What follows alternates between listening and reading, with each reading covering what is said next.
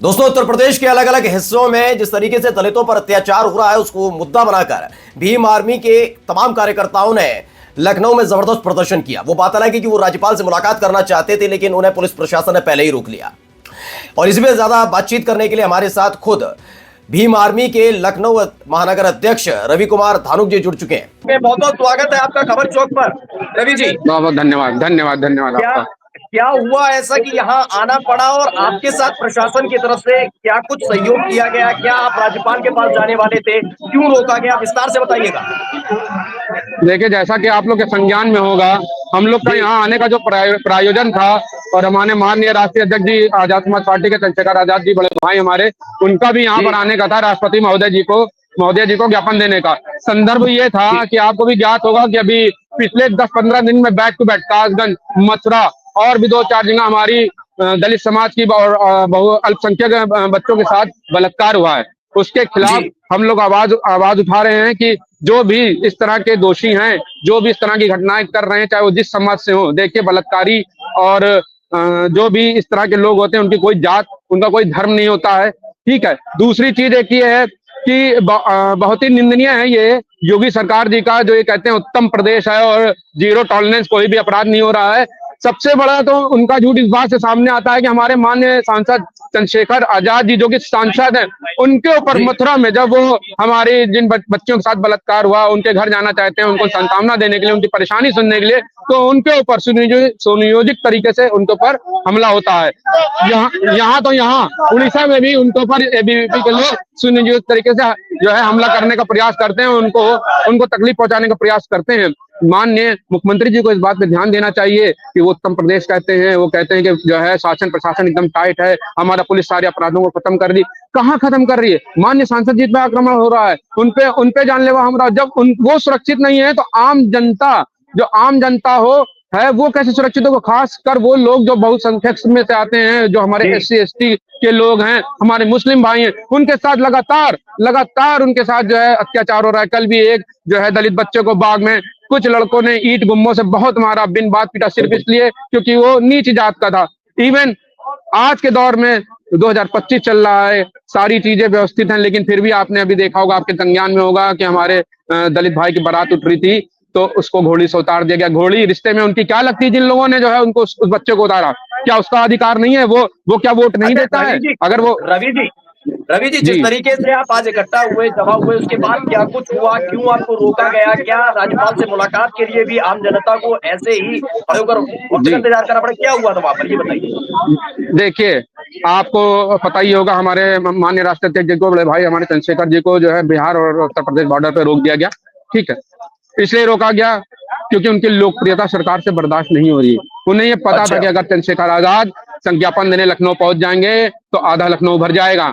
और हमारे प्रदेश स्तर के जो पदाधिकारी हैं, उनको भी घरों में डिटेन कर दिया गया। मेरे प्रदेश सचिव को भी डिटेन कर दिया गया। मुझे भी कल मेरे घर पुलिस पहुंची, लेकिन मैं उनको किसी भी तरह समझा बुझा के, किसी तरह उनको चकमा देके घर से निकल आया। लेकिन उसके बाद पुलिस प्रशासन ने सरकार के कहने में मेरे परिवार को बहुत प्रताड़ित किया, मानसिक रूप से दबाव बनाया कि मैं घर आ जाऊं, मैं यहाँ ना पहुंचूं। कितने शर्म की बात है कि लोकतांत्रिक तरीके से हम लोग अपनी बात कहना चाहते हैं और लोकतंत्र की हत्या करी जा रही है सरकार के द्वारा। हम माननीय मुख्यमंत्री जी से कहना चाहते हैं, आपको जो करना हो करिए, लेकिन कम से कम लोकतंत्र का तो ख्याल रखिए। लोकतंत्र में जो अधिकार हम लोग को मिले हैं उसको तो हमको पूरा करने दीजिए, उसका तो हमको उपयोग करने दीजिए। हम शांति से अपना मार्च निकाल कर राज्यपाल जी को महोदया जी को ज्ञापन देना चाहते थे, लेकिन माननीय मुख्यमंत्री जी ने, सरकार ने हम लोग को यहाँ से आगे नहीं बढ़ने दिया।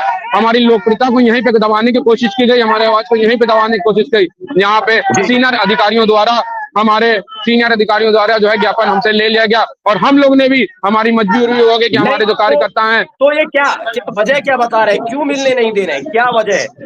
क्यों आपको राज्यपाल से मिलने नहीं? हम लोग को आगे इसलिए नहीं जाने दे रहे हैं, राज्यपाल से जी से महोदया जी से नहीं मिलने कह रहे, आप लोग अराजकता फैलाएंगे। हम उनसे कल से वादा कर रहे हैं, परसों से शासन से बात कर रहे हैं कि हमारी तरफ से आपको कोई अराजकता नहीं होगी, हमारी तरफ से किसी प्रकार की हिंसा नहीं होगी, हमारी तरफ से किसी प्रकार की आपको कोई परेशानी नहीं आएगी। हमको शांति मार्च निकालने दीजिए। शांति से हम हजरतगंज चौराहे तक जाना चाहते थे, वहां से 10-15 लोगों का डेलीगेशन जाता, माननीय राज्यपाल महोदया जी को ज्ञापन सौंपता, लेकिन इन्हीं ने हमारी कोई बात नहीं सुनी, हमको यहीं पे रोक के रखा। हमारी मजबूरी हो गई कि हमको यहीं पे ज्ञापन देना पड़ा, क्योंकि हमको अपने बाकी कार्यकर्तागण, मेरे जितने साथी, उनका भी ध्यान रखना है कि उनके साथ किसी प्रकार की अप्रिय घटना ना हो, क्योंकि माननीय चंद्रशेखर आजाद जी का यह आदेश था ताकि आप लोग के रहते हुए हमारे किसी भी भाई बंधु पर किसी प्रकार की कोई चोट चपेट ना आए, उनके साथ किसी भी प्रकार की कोई घटना न घटी। तो ये भी आपकी जिम्मेदारी है ज्ञापन देने के साथ साथ। क्या वाकई आवाज अब दब जाएगी आप लोगों की, या फिर आगे कोई प्लानिंग की है आपने कि अब ये हाथों तो रोका, आगे क्या? नहीं, आवाज क्यों दबेगी? अगर हमारी आवाज इतनी बुलंद है कि सरकार भी डर रही है, तभी उसने ये सब हरकतें की। ये इस तरह की हरकतें हम लोग के साथ अपराधियों जैसा सलूक किया, हमारे घरों पे पुलिस भेजी, हमको रोकने की, थानों में बिठाने की कोशिश की, हमारे कितने लोगों को थानों में बिठा ले। क्या हम लोग अपराधी हैं? आप बताइए। हम मीडिया के द्वारा पूछना चाहते क्या हम लोग अपराधी हैं? हम लोग ने कौन सा अपराध किया? हम लोग लोकतांत्रिक तरीके से अपनी बात रखना चाहते थे, हमने कोई अपराध नहीं किया। हमारे साथ इस तरह का, मेरे माता पिता के साथ इस तरह का सलूक क्यों हो रहा है? मेरी पत्नी के साथ घर जाकर पुलिस परेशान कर रही है कि उनको कई दिन से ढूंढ रहे हैं। कई दिन से ढूंढने का क्या मतलब होता है? क्या मैं अपराधी हूँ? मुझे कितने दिन से ढूंढा जा रहा है? ये सरकार की जो सोच है, इसमें पुलिस प्रशासन की भी बहुत ज्यादा गलती नहीं। सरकार जो कहेगी वो, क्योंकि उनकी ड्यूटी है, वो कर रहे हैं, लेकिन उनको भी ये समझना चाहिए कि किससे क्या, किस तरह की बात करनी है। रही बात हमारी आवाज दबाने की, क्या है आगे का प्लान ये है। आज हम लोग ने अपनी आवाज सरकार को जगाने का प्रयास किया है कि उनके कानों तक आवाज पहुंचे। अगर इसी तरह हमारे समुदाय के लोगों के साथ या हमारे मुस्लिम भाइयों के साथ अत्याचार होता रहा या होगा, या उनके साथ कोई घटना घटित होगी, तो आज तो हम रुक गए यहाँ, लेकिन अगली बार नहीं रुकेंगे। माननीय चंद्रशेखर आजाद जी के नेतृत्व में हम लोग विधानसभा का घेराव करेंगे और सड़कों पे भारी संख्या में उतरकर उस विरोध दर्ज कराएंगे और अपनी बात रखेंगे। और ये चाहेंगे कि सरकार, जो हमारा अधिकार है किसी भी नागरिक का, वो समान रूप से हमारे भी लोगों को मिलना चाहिए, उनकी भी सुरक्षा होनी चाहिए, उनकी भी बात की सुनवाई होनी चाहिए। जी, बहुत बहुत धन्यवाद हमसे जुड़ने के लिए रवि जी, बहुत बहुत धन्यवाद। तो फिलहाल अभी चुप होने और आवाज बुलंद होने का ऐलान कर दिया गया है कि चुप नहीं बैठेंगे, लगातार इस तरह का प्रदर्शन होता रहेगा तब तक जब तक दलितों पर अत्याचार बंद नहीं होगा। आगे क्या कुछ कदम उठाएगी भीम आर्मी, उसको भी आगे आपको बताएंगे। तब तक के लिए नमस्कार।